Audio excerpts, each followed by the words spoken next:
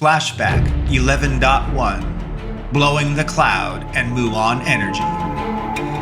Sarah found the central server and local data center for Muon Energy, and therefore terminals to interface with its backup and cloud storage data centers.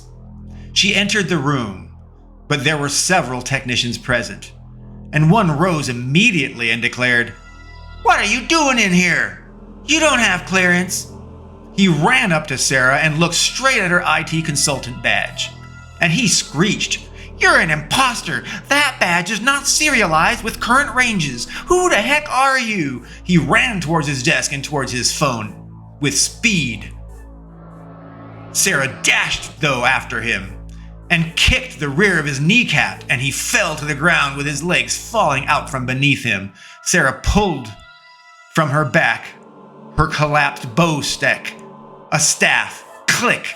The staff expanded to 5 feet in total length from its tiny 1-foot collapsed size off her back. And Sarah struck the chief's head's temple, and a faint cracking of bone could be heard. She leapt over the computer table and a terminal, and thwack! Another technician was downed. The third and last technician pleaded not to be struck. Don't kill me, stop, please." He pleaded, he kept pleading. Sarah said calmly, "I don't want to hurt you, but I will, if I must. I will come to you. If you do as I instruct, I will leave you alive and unhurt. I will tie your hands and ankles with zip ties. Someone will rescue you, eventually. Otherwise, I will smite you as I did your colleagues. Your decision?" Sarah leaned towards him, gripping her bow staff as if preparing to strike. The third tech replied, "Yeah, sure, just tie me up. Yeah, just let me be, tie me up, okay?" He said very nervously, terrorized. Sarah approached him, tied his hands and ankles, and leaned him up against a desk. She kissed him on the forehead and said, sincerely, "Thank you. I appreciate your cooperation. I really do." I imagined Soldier Taylor may have said the exact same thing, but it would have been sarcastic. Whereas Sarah was genuine and heartfelt appreciation that she did not have to beat or kill that tech in his place right then. She appreciated she didn't have to murder him. Sarah tied the incapacitated chief nerd and the other unconscious, perhaps dead techie's hands and ankles together, and she bound their hands to each other behind their backs. They faced away from each other with hands behind their backs, tied together with zip ties.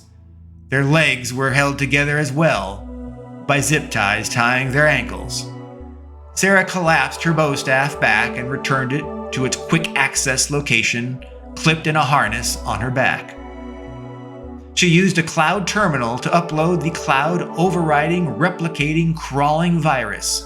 It began immediately, searching for files and directories, whether they be hidden or not, and writing the 16-bit hexadecimal value DEAD,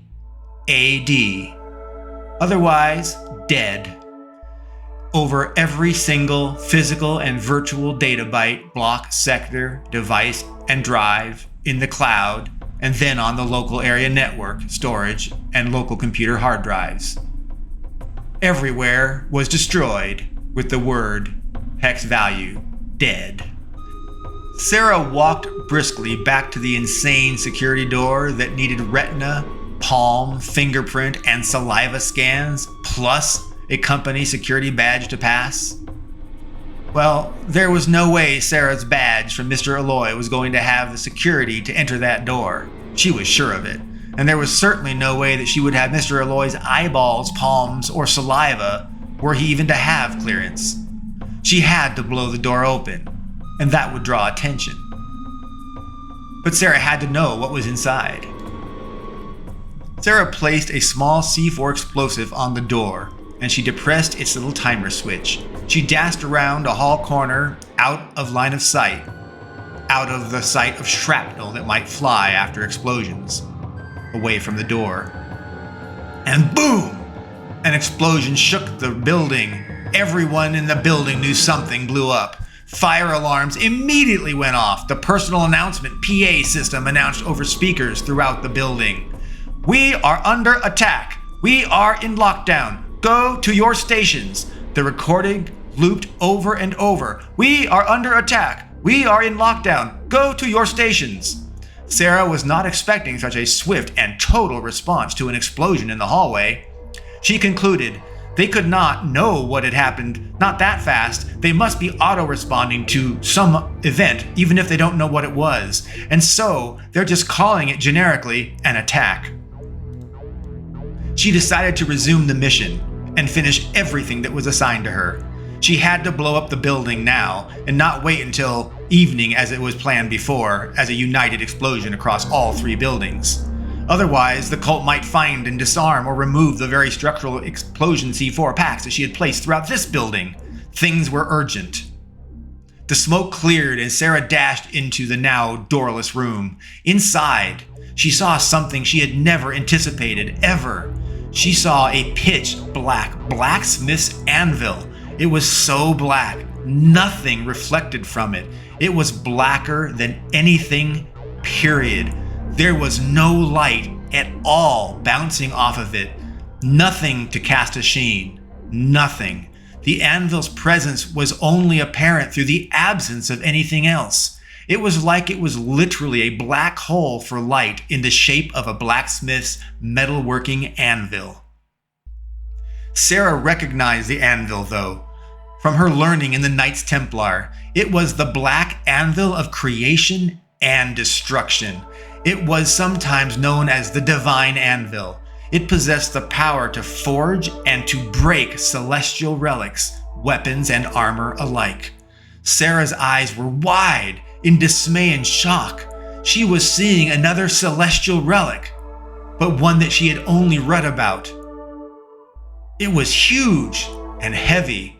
It would require a crew of huge and strong men and wheels to move.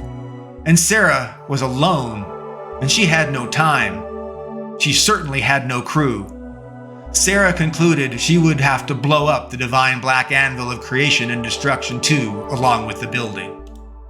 Of course, Sarah knew that the anvil could not be destroyed, being a divine relic, and so the cult would undoubtedly reclaim it from the rubble below the destroyed building.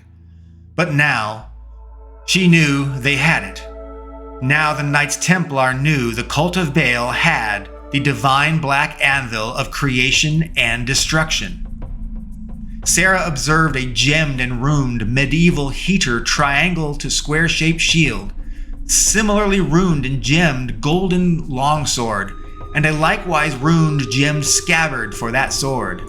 Eerily, many of the sword and scabbard's gems were shaped like cat's eyes marbles, with vertical eye slits looking in all directions around the blade and scabbard. Sarah did not recognize the medieval artifacts, but believed they could be important.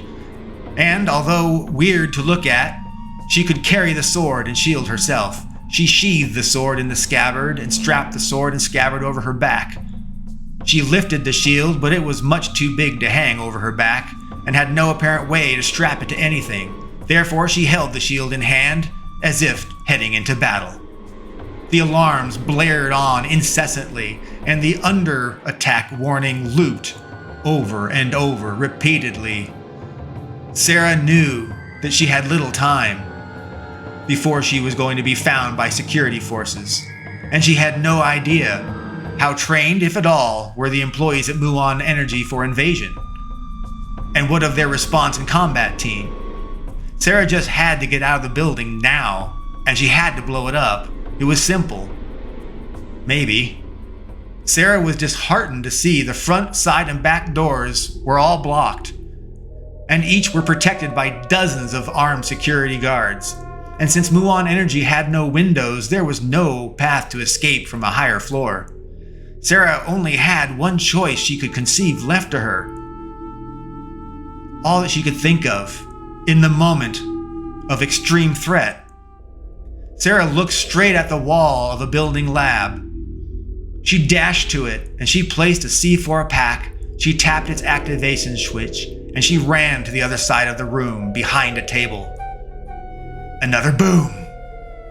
The smoke settled, and Sarah had made her exit. She had blown a hole in the outer wall of the building so that she could exit the center tower down to the lower 3-story building rooftop, and from there, she parkoured her way off the building using rain gutters and droppable emergency access ladders. Sarah called Tiny as she escaped Muon Energy. Tiny pulled over and she hopped in. She said to him, "Things did not go as planned. They will find the bombs."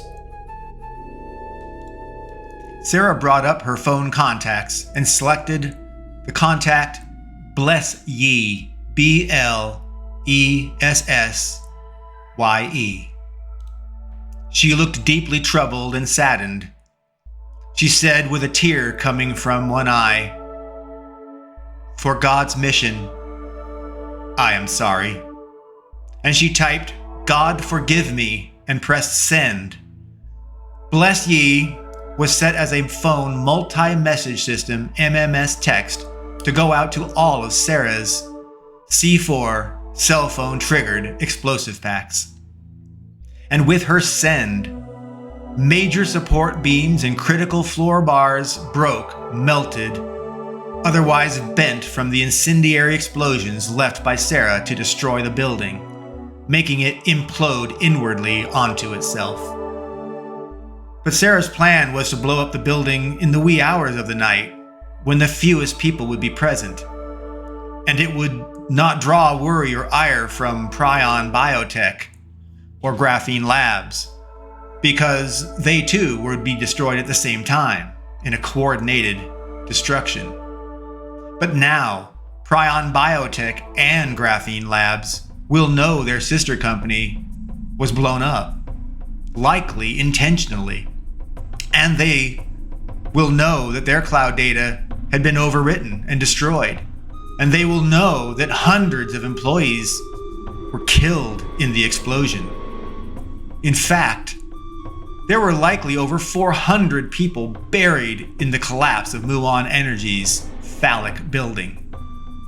They were screwed. And the divine anvil of creation and destiny was buried along with those lost souls. Theoretically, though Sarah did not see it, the flaming dagger of choice and destiny also must have been buried with the anvil of creation and destruction, along with the hundreds of people dead. Sarah's immense efficiency and non-violence was going well before, but it went sideways in a very big way. From sparing individual lives, she ended up killing hundreds of people. It was ironic. Sarah's need to know what was behind the top secret security door resulted in mass death and killed the team's distributed team and coordinated plan. Never mind, it might have lost my dagger. Sarah needed to inform everyone on the team of the situation and the need to accelerate their mission plans themselves. Sarah texted each of us, Bob and me, and Taylor and Katie, to inform us of what happened, and then she sent a group MMS to make sure we definitely got the text. Her advice was dark. Everyone needs to overwrite their target's cloud storage and blow their buildings ASAP. She lamented, "There will be casualties. I am sorry." She paused. "The flaming dagger of choice and destiny is buried in the rubble. We will need to retrieve it later." She further typed, "Please acknowledge." We all typed acknowledgement. HUA. We had to blow up Graphene Labs and Prion Biotech immediately.